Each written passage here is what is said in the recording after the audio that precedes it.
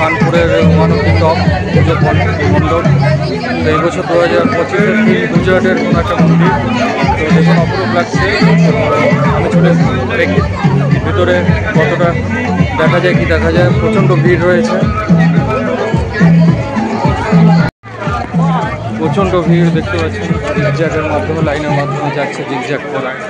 তো এখানে যদি আপনারা দেখেছেন আমার ভিডিও, তো পাঁচগাছিয়া দুর্গা মন্দিরের পুজো মণ্ডপ আপনারা দেখে থাকবেন। বেনারসের যে ঘাটগুলো করেছিল সেই থিমেই এখানেও কিছুটা করা হয়েছে, গঙ্গাঘাটের বেনারসের। তো সেই থিমও এখানে রয়েছে, প্লাস এই গুজরাটের মন্দির রয়েছে। লাইন প্রচুর, লাইন প্রচুর। জানি না ঢুকতে পারবো কিনা, আর ঢুকলেও কতক্ষণ লাগে। লাইন প্রচুর।